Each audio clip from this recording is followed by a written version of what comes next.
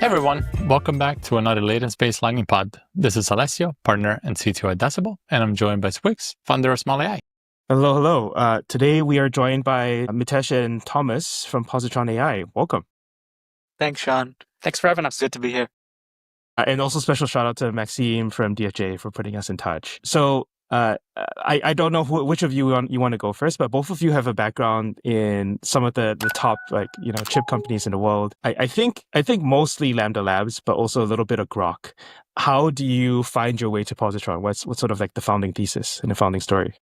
Yeah, I guess just starting my journey a little bit. I got my start in the semiconductor industry back in 2013. I started my first company called Rex Computing that was focused on the DSP for mobile base station workloads, and I started that after receiving the Teal Fellowship. So I was 17, with the crazy idea of starting a semiconductor startup, and thankfully was able to, convince some folks to join me, and we raised, $2 million and ended up taping out, first chip when I was 19, and had, leading for that time, silicon for that signal processing workload. Sadly, didn't really get commercial success with it, but was an amazing experience to be able to actually produce silicon from scratch.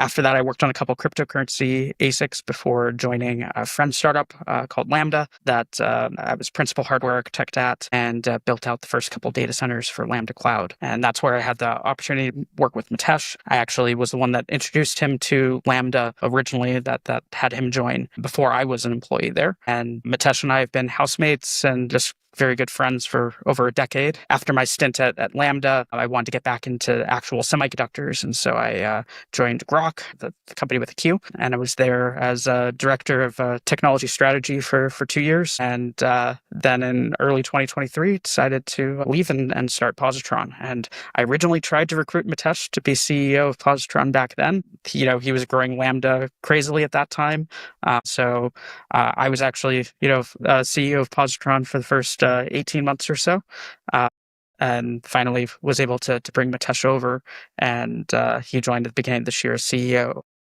CTO. Yeah, and kind of for me, a lot simpler. I think Thomas mentioned he introduced me into Lambda Labs. Stephen, Michael really loved working with the Balaban brothers, right? Really grew the company from $0 in revenue all the way to where it is now, well over $500 million in ARR, right? And, worked there for almost a decade, did all types of roles, just a very early employee. I was employee number 5 there. So did engineering, sales, support, you name it, and was CEO and head of cloud. The main thing for me was just really focused on building out the cloud at Lambda, all the way, and was primarily focused in one word, on growth. So revenue, operations, data center, megawatts, vendor relationship and vendor procurements, engineering and engineering headcount. And primarily for me, Lambda is still growing massively, right? So I don't want to imply that, hey, I left because, anything. I still have great connections there and really, really am proud and very, have huge admiration for what they're continuing to build. For me, I think, the 2 reasons really why I left was, one is really could see a little bit around the corner at Lambda. We worked with frontier model labs, enterprise companies, AI startups,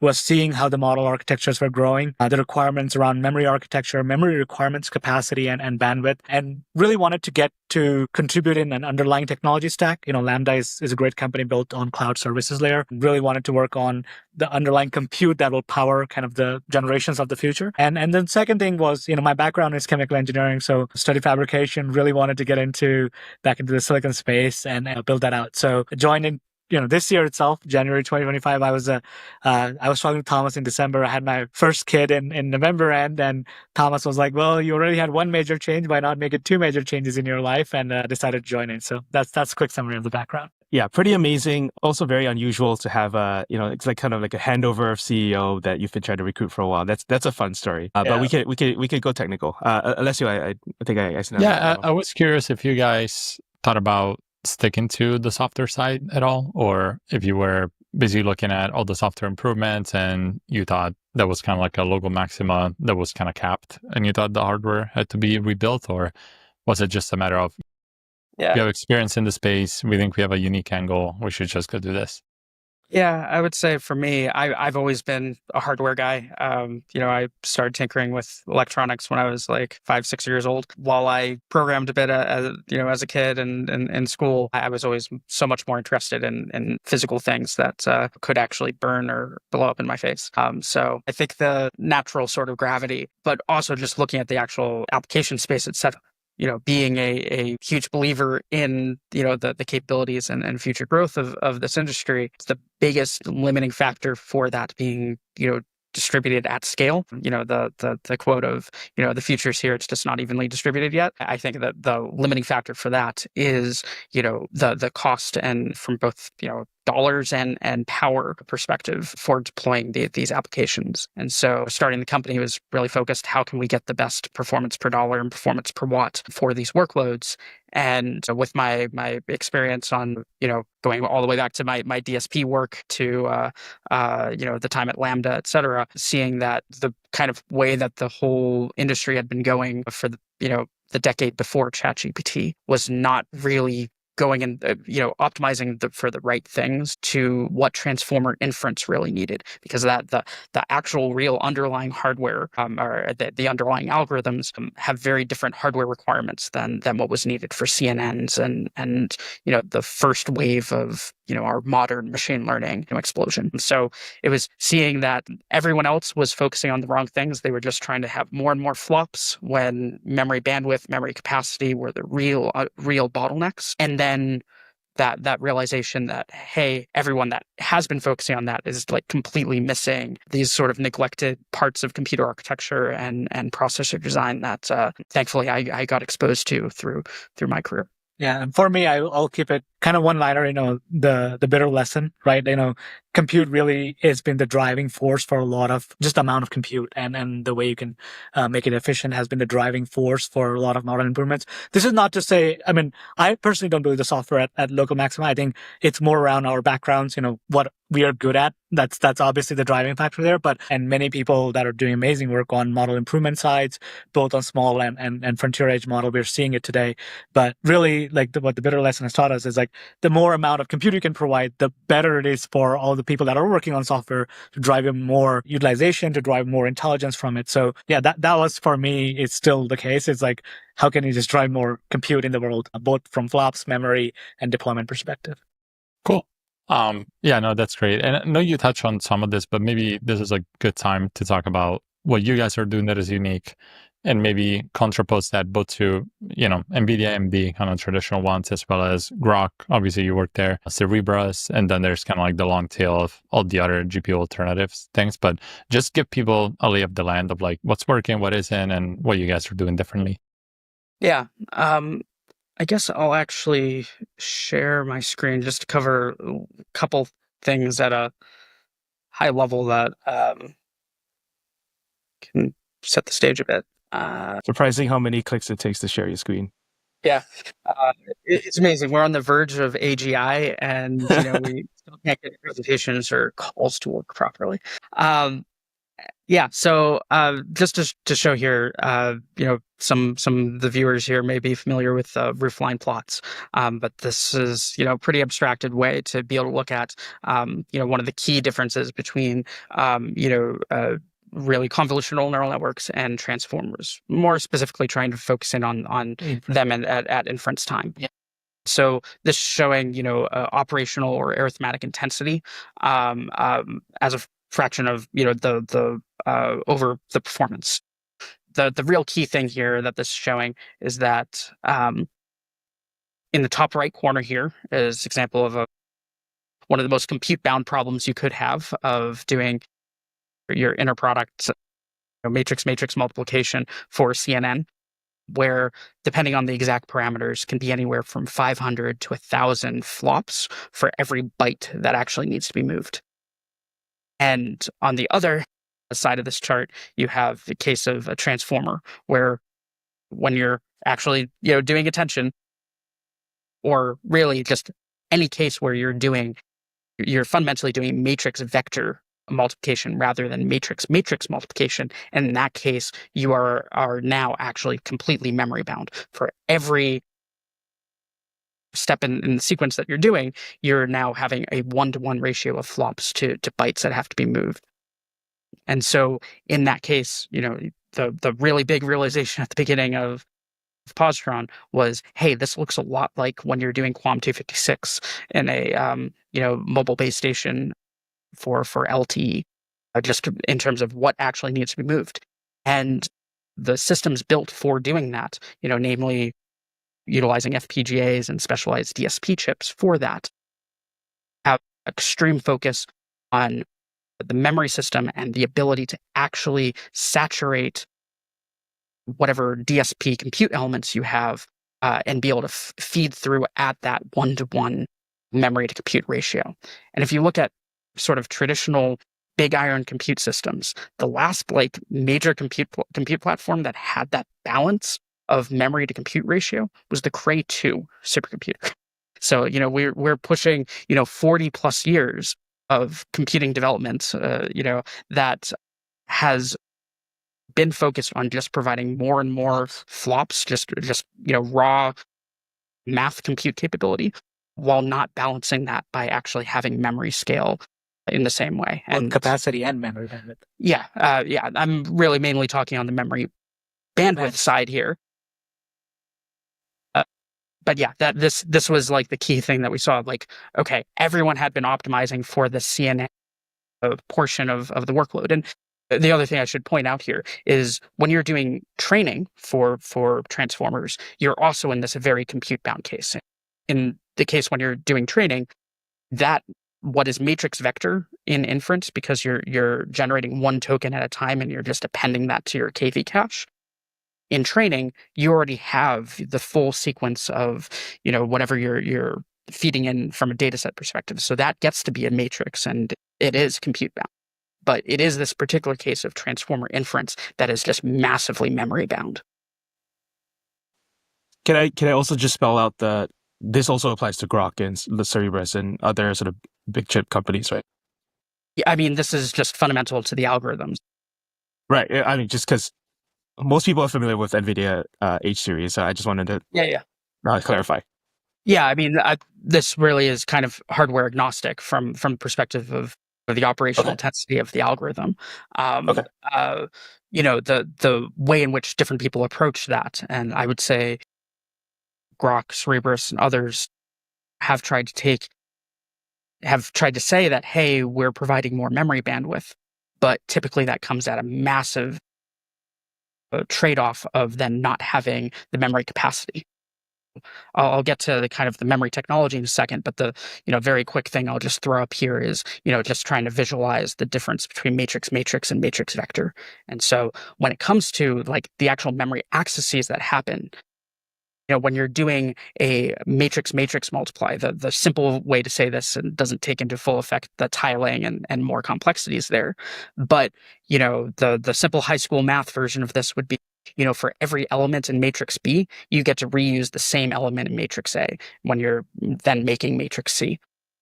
While when you're doing matrix vector, you actually need to change the elements in both matrix A and vector B for every single operation that you do. So the second level of this is that matrix vector multiplication is basically uncacheable.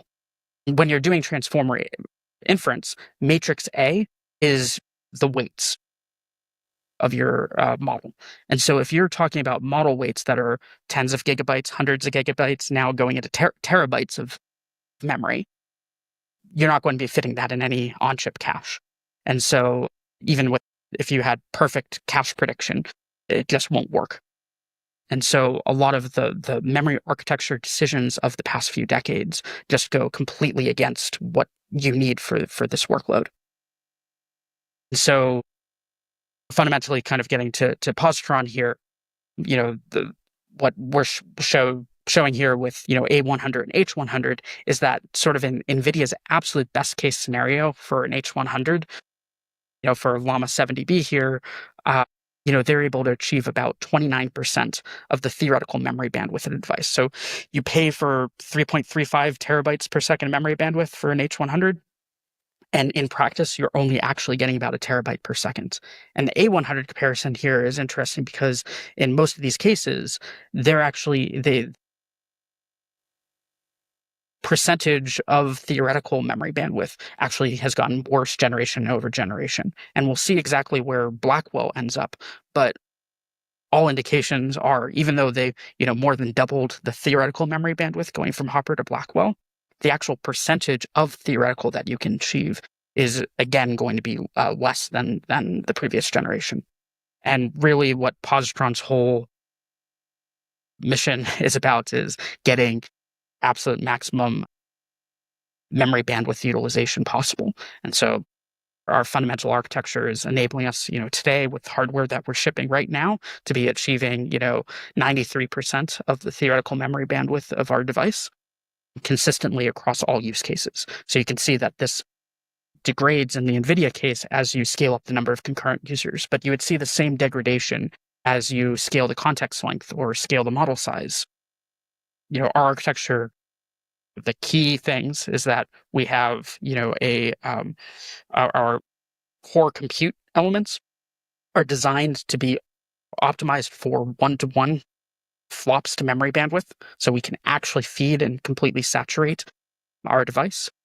And, even when you then scale out and, to external memory, we're able to fully utilize that. And basically that missing 7% that we've got is effectively just due to the refresh on the DRAM, which can't really get around right now.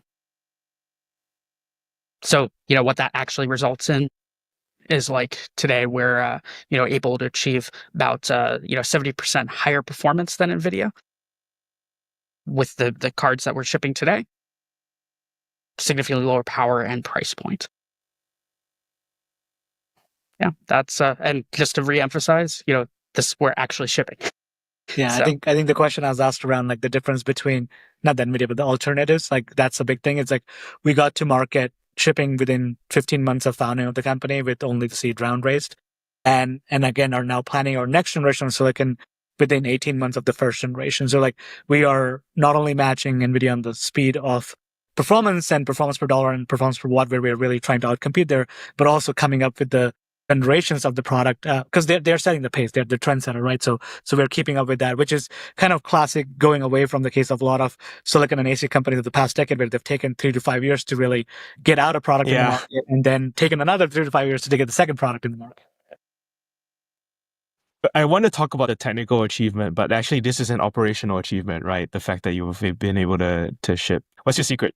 So I think one is small team. I would say I think it's tiny team.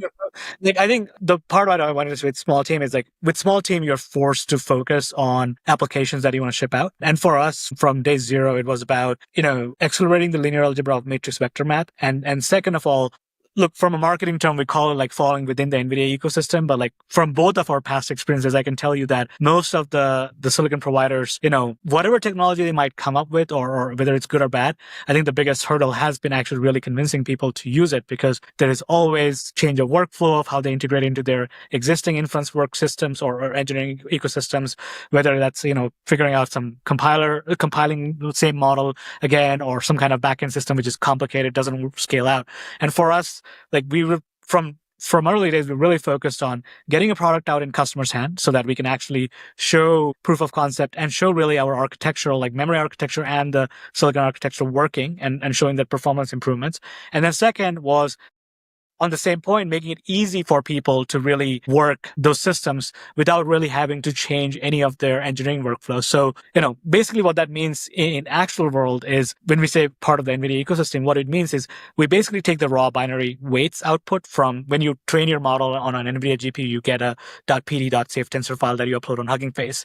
And that's your raw binary weights for your model. So we take that file into our hardware, and we can actually output an OpenAI compatible API that people can then send their tokens in and tokens out. So from a workflow perspective, you can imagine you have an NVIDIA server running and you have a Positron system running, and you can have them side by side, and all you have to do is just direct the tokens to whichever system you want to, and it'll have the same kind of workloads running without having to really change, or without having to recompile the model for a Positron system or so on. So like the really key thing there was, from the get-go, we knew that the having a single step that a user had to take was going to be the ultimate barrier to getting any sort of adoption. And, be it a lot of the companies that you mentioned and others, I mean, even big guys like AMD have more or less, flopped many times in their pathway to try to get people to use their hardware. The approaches that people have taken before have been just saying, well, we're going to build a PyTorch backend. And AMD had their own separate,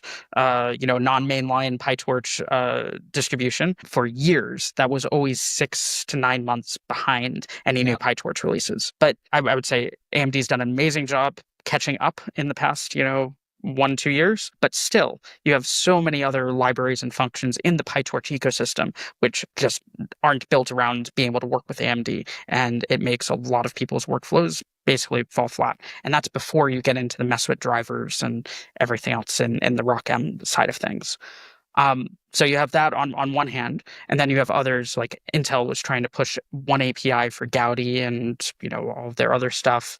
A lot of the chip startups, like a big part of their story was that, hey, we made a super compiler and our compiler will just automatically be able to take anything and get it to run. And there was different levels of that actually working or not. But I would say the core premise there was flawed from the beginning. If you are requiring a user or having yourself as the company needing to actually recompile a workload, that's already one step too far, even if you assume it works perfectly. And so from the very get-go for Positron, we said, hey, we're only really going to care about, transform models. And we were betting on the Hugging Face transformer library and sort of the framework that was created there. And we designed our hardware to directly ingest those raw binary model weights. So rather than having, we don't have a compiler whatsoever. There's no compiler, there's no translator, no tooling that's involved in actually taking those and getting that to for your common, Hugging Face transform models to be able to then have that execute on our device. And so we truly made it a 0-step process to take weights that you're already running on an NVIDIA-based platform and have that run on us. So the bits, I as the CTO, I can, I like to be technically precise in that, the way that we say that we're in the CUDA ecosystem, it's by nature of the fact that we are ingesting the output of everything that exists in the CUDA infrastructure. So the fact that we are betting that people are going to continue to train on NVIDIA for at least the foreseeable future, since we're able to, and I'll say, I really hope others are able to be successful in providing competition against NVIDIA. But given the realities of things, we're going to assume people are going to still be buying a whole lot of NVIDIA hardware. We want to be able to have it be a 0-step process for people to be able to take models trained and that they're using on NVIDIA, and then be able to deploy that on Positron and get the performance per dollar and performance per watt benefits from that. Yeah, I think that's a very reasonable business bet and thereby technical bet. One of the questions I was fed was just actually a little bit. You always mentioned, I think, the per watt efficiency. You're like a third of the normal power consumption, and maybe that's underappreciated. But how much actually power consumption is a part of inference cost? It's apparently FPGAs are not. They're supposed to be more power hungry. How do you get there? Yeah, I think so. Just one thing on the power consumption, to your point about underappreciation, I think for us, we have run a cloud business, right? So when we look at the cost structure, it's always, you have CapEx, so that's performance per dollar, what you're paying for the chip. And then you have OpEx, which is performance per watt or energy that you're doing. And that's why, by the way, just wanted to very explicitly say why we focus on those two metrics is we wanted to drive both the CapEx and OpEx, either efficiency is higher or basically their cost structures lower, right? That's kind of how we really focused on. And with the FPGA, I mean, in general, that's true, but I think that's kind of where our own silicon design and memory architecture and actually finding the right FPGA was the critical point to really drive that.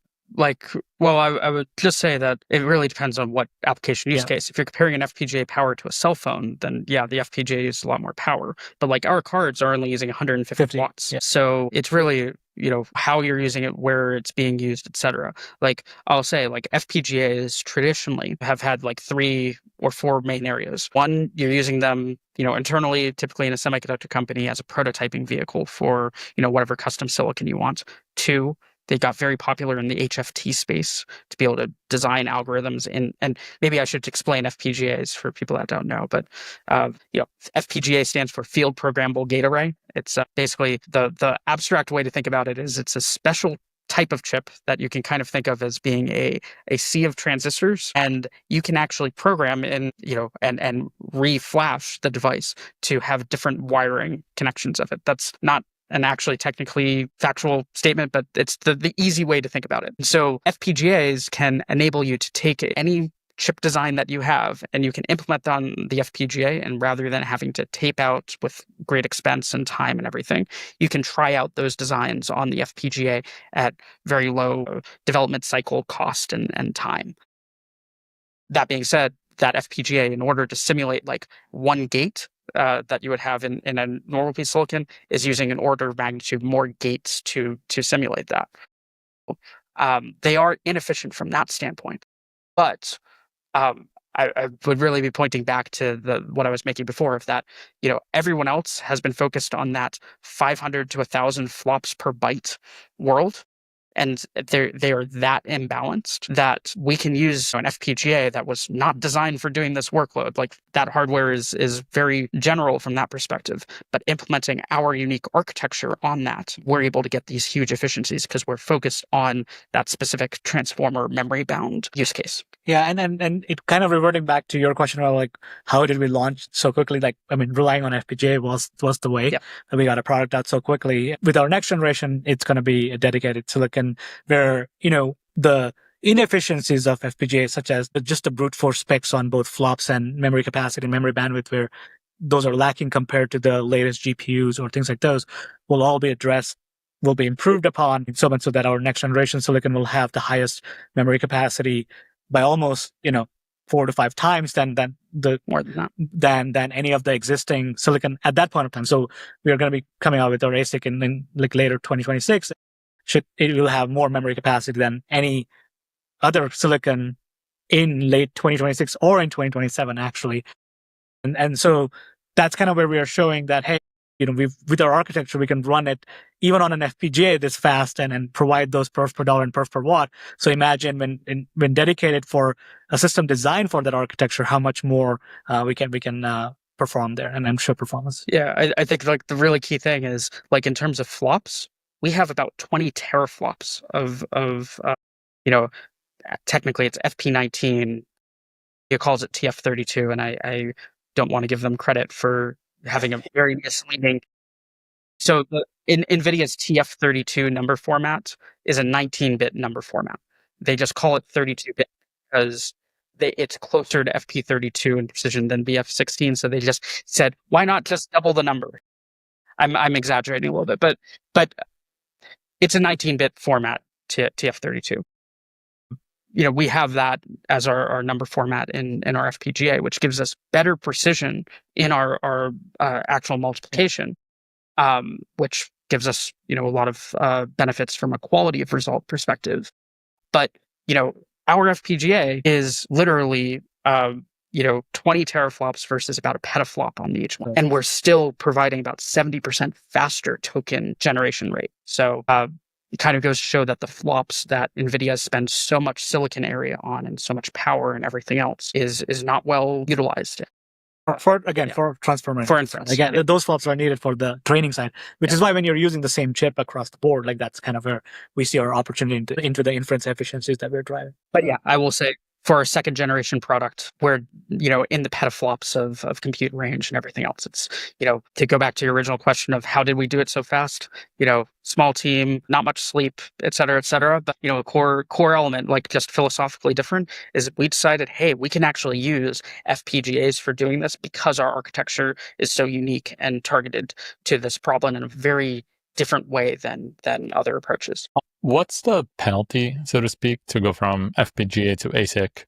And then there's kind of the question of, well, maybe I should just get an ASIC with like the actual model in it, which I think obviously you shouldn't do because the models evolve and all of that. But what are you exactly burning on the ASIC? And then what are you giving up by moving away from FPGA model? Yeah, so I would say another big difference between us and there's other startups out there that have, said that they're burning or, etching the transformer architecture into silicon, and that's their approach. We're very opposed to that kind of philosophy. Like fundamentally what Positron has built is a linear algebra accelerator, which is optimized for matrix vector math in particular. And I would say, more importantly, the fact that, we achieve this massive memory bandwidth to that pretty general compute architecture. So like, I think it's pretty foolish for anyone in the industry right now to be saying that like transformers are going to be absolutely 100% the thing that gets us to AGI, or even if they do, that there isn't a better architecture. And, doing any of that like hardening for specific model things, I don't think lasts more than, 2 or 3 months at the rate that the industry moves at. And so, but the thing that I would, be willing to bet, good money, the company on, exactly, is the fact that, fundamentally linear algebra, like building a good linear algebra processor, matters just as much in, 1955 as it does in 2025, as it will in 2055. Having, solving that as a core problem is what we've done and what we're focused on. And the software layers that enable you to get these models to run efficiently on that, is a lot of our secret sauce to, not, harden the hardware in a way that makes it too optimized for just the thing that is hot right now, but really just build something that's good at the actual underlying math. Is there something that will make you change your mind? Something in maybe the model architectures or anything like that? I would say that I totally believe that there are application use cases that are high enough volume, enough demand, et cetera, that, a company can say, okay, we want to build this super optimized chip that uses single digit watts or something, like something that is so optimized because we know we're going to build 1 billion of these things and we want it at the lowest cost and lowest power for just this one thing. I believe that those applications can exist. I've not seen something that like would meet those criteria for me that would be worth the NRE and everything involved to do that. And if you're trying to build something that is general purpose to saying, okay, building a transformer specific chip that is hardening things in a way that are very, very specific to current transformer architectural decisions, I think pretty much everyone in the space should know that this industry is moving astronomically fast and it's accelerating. I don't have the example of what you asked, but there's counterexample actually to what Thomas is saying. Even the attention mechanism changing when DeepSeek, well, not changing, but like if DeepSeek opened it to the world, which was the MHLA stuff, I think if you had burned or etched in the architecture of doing transformer the way before that, you might not be able to actually gain all of those efficiencies that the attention mechanism that DeepSeek announced to the world, right? So that's in my mind a counterexample why that is not the best approach, or at least we think that's not the best approach, right? So that's not what we are doing, is burning into a particular architecture. Cool. Yeah, I think this is relevant to always the discussion of the other ASIC companies like Etched. I don't know if you've seen the beef that George Hotz has had with Etched. Any comment there? What is he right? What are they talking about? George loves having beefs with everyone. George and I have known each other for probably 10, 12 years now. I don't actually remember specifically all of his beef or anything. My opinion in general is it's a remarkably difficult thing to build any new silicon.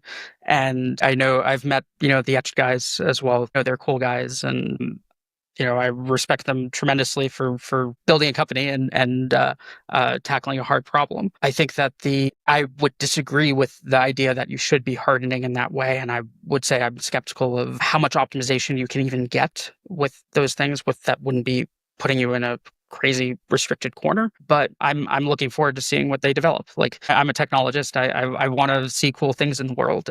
Even if I think that we're building something that's going to be better in a more pure sort of linear algebra direction, I can totally believe that we'll have success in what we're doing and others will have success in their areas.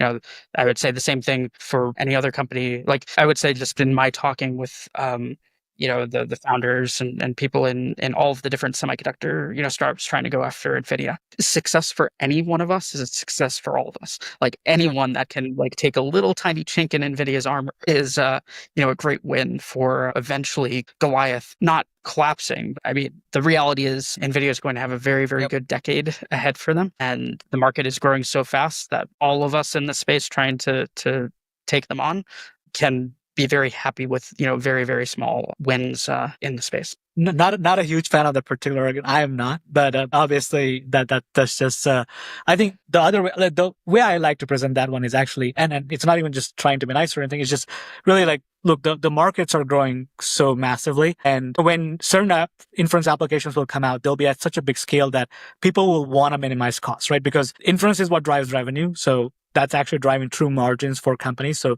they'll want to minimize cost. And if our architecture is suitable for certain industries much more than, let's say, NVIDIA's or AMD's or any other silicon architectures, I think they would use us. So like in a way, it's kind of like expanding the market for those companies to be much more efficient than what they would be on an NVIDIA GPU or an AMD GPU. So I think, from my perspective, it's not just like, hey, you're trying to capture, small 0.1% or 1%. I think the goal is from a technical point that Thomas and I always talk about is obviously going and supporting 100% of the market and then really proving that out, and proof is in the pudding, and then capturing as much of it.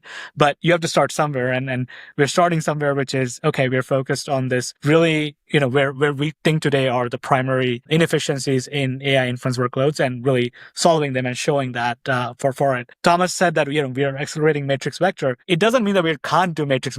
We can, and we can do it fairly well. It's just that the point becomes is like, are you really beating NVIDIA on it from a perf per dollar? And if you're not, then NVIDIA is the existing thing. So people won't move on it. So today we won't be able to, but in the future, I think that's kind of, as the company matures and if we get the opportunity to grow revenue to that scale that we can actually focus on these things, then we will try to.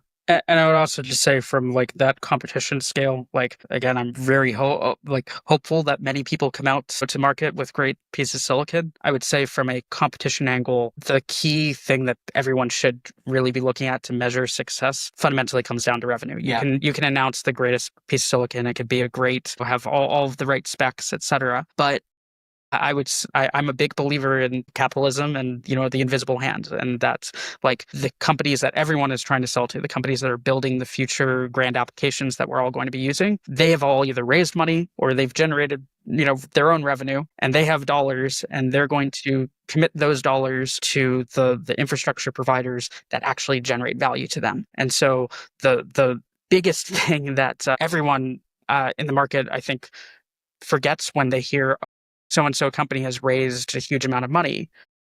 Raising money is one thing. Being able to deliver real value to the customers, to the end users, such that those customers are then paying you for that value is the only true measurement. I mean, I'm really happy that, we had our first revenue, like we sold our first system, 15 months in, we've deployed now multiple rack scale deployments. We're announcing, so I think when this is being timed, we'll can embargo this. Yeah. Yeah. We're announcing two customers with our fundraising, but we have multiple others that we're hoping to announce in the coming weeks and months. So we have customers in Cloudflare and Parasail, both using us.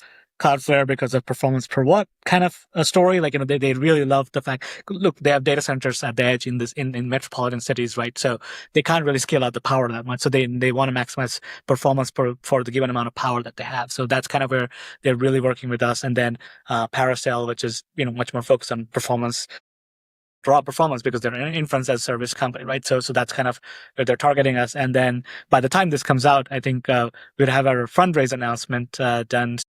And that's, we've raised in the history of the company so far that we publicly announced roughly 24 million. And then we just did a Series A close with Valor, Atreides, and DFJ Growth for a roughly $51 million Series A. So, and that money for us is really like focused on coming up with the next generation silicon. We get to tape out, we get to sampling, we get to production with that money. And again, we really want to prove it in a capital efficiency way. Look, I think that's what we've done so far. Ideally, we get the customers to pay for our production. Like NVIDIA, we want to sell systems. Like, we want to sell systems to customers. Don't ideally want to go into this cloud services where you're owning the infrastructure on your balance sheet. That's kind of where a lot of the current ASIC companies have gone. If you look at Cerebras and Grok and others, they've really tried to do this, their cloud kind of portal. And for us, it shows two things. One is the difficulty of software for a third party to implement that's why they're kind of abstracting away that layer and providing it as a cloud API. And then second is to convince a third party customer, you really have to show the economic viability of your system, right? Like that, hey, the return on investment on this system will be 2 years, 3 years, 1 year. NVIDIA has shown that. Like, if you deploy NVIDIA GPUs, hyperscalers, neoclouds, customers have all seen that they can make that revenue back over a certain time frame. And that's what we really hear. We want to sell systems and show people can make that ROI back on that system. So that's the way we are approaching it and going to the market. I think the four most important letters are ROIC. From it's not just from, as Mitesh was saying, that from a customer's perspective, if they're deploying hardware, they're going to be choosing between, be it NVIDIA, AMD, Positron, or anyone else.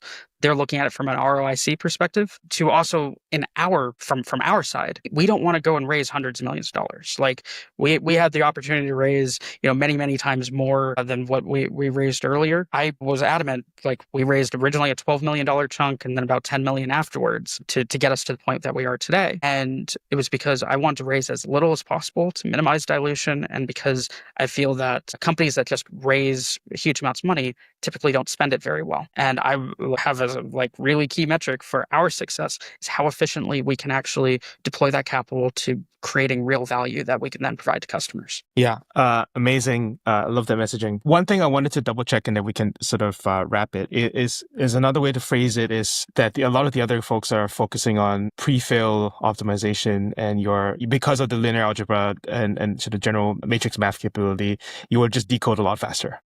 Yeah. So, okay, I see you guys nodding. Yeah, so I would say definitely our performance focus and where we're getting the best relative advantage over NVIDIA is on that generation or decode side of it. So, for any transformer LLM, you have a prompt that you're sending in, and that prompt, of some amount of size. Computationally, that forward pass is exactly like the forward pass when you're doing training, because you've got the whole sequence of tokens that you want to process. All of that is there for you up front. Then when you switch into generation mode, then you're generating one token at a time, and that is the memory bound portion. So yeah, I would say, we're still fully capable and perform well with prefill. But I would say the thing that we believe, and I was so happy, last year when all of the new reasoning applications happening. Because if you go back a year from today in July of last year, the ratios of input to output for LLMs were very, very heavily on input, where you could be doing, 10, 15 to 1 ratio of input to output token. But that has completely flipped. And it's obviously use case dependent. But if you look at all of when people are running benchmarks on these new models, they're generating, it's not just flipped. You could be generating 100 reasoning tokens for every token that you had as an input prefill. The other big thing, and our big belief in having massive memory capacity, is the fact that, if you're able to actually just cache the KV caches, if you're able to hold massive system prompts, massive data sets, et cetera, that are typically recomputed every time you send in a new request, if you are able to just store that because you've got a massive amount of memory that you lying around, then that even makes it so that the true prefill compute that you're doing is significantly less. Yeah, and I think Thomas touched upon token generation. If you also look at other modalities like video generation, for example, right? And I think if you convert that into effective tokens or whatever, then and if you look at the ratios there, that's also a completely flipped script. So I think that's other part of it where we will see a lot more integration into our models, reasoning models, multimodal models. And I think, but as Thomas mentioned, I think we are definitely where our true advantage shines through is generation. So time to last token, generation speeds, we're way off the charts compared to any other existing solution out there. Yeah. I'll just add there on the video example.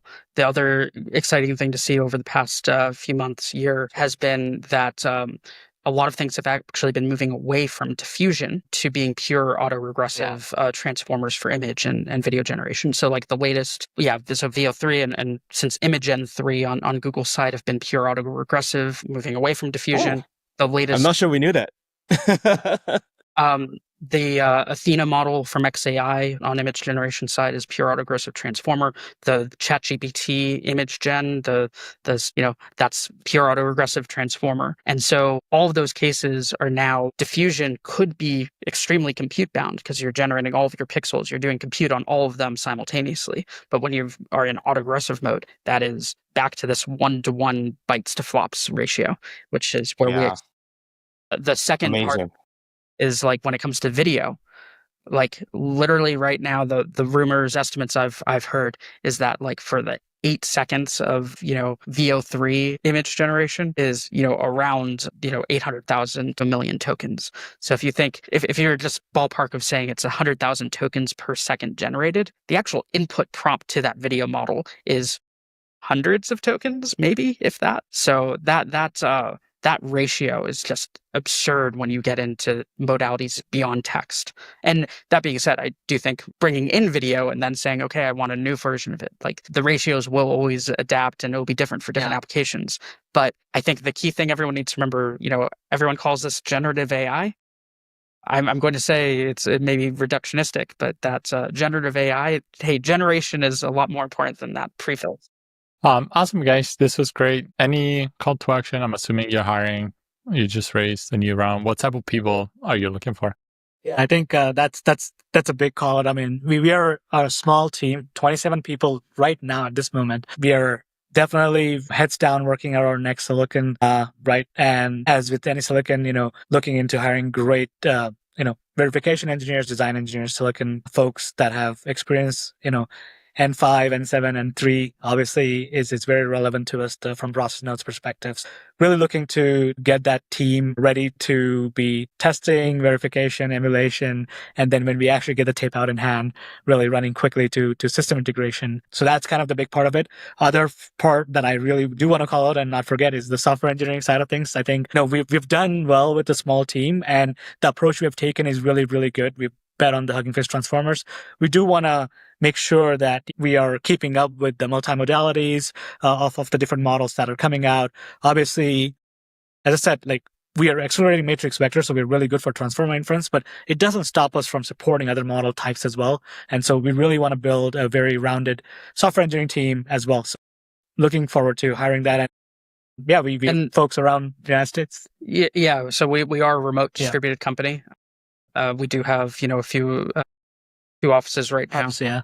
But I would say that really want to be able to bring people in that have no hardware experience, and especially those that have been absorbed in the machine learning space and really understand models and want to take it to the next level of seeing how do you actually get the most efficiency and how better models can be created given, new hardware that comes out. We're definitely, he's talking about the next step after, when you think about someone looking at our architecture and actually, you know what, I can make a model architecture to be a lot better because I have all this memory capacity or all this memory bandwidth available to me as well. Cool. Awesome, guys. Thanks for joining. Thank you so much. Thank you. For having us and for everyone.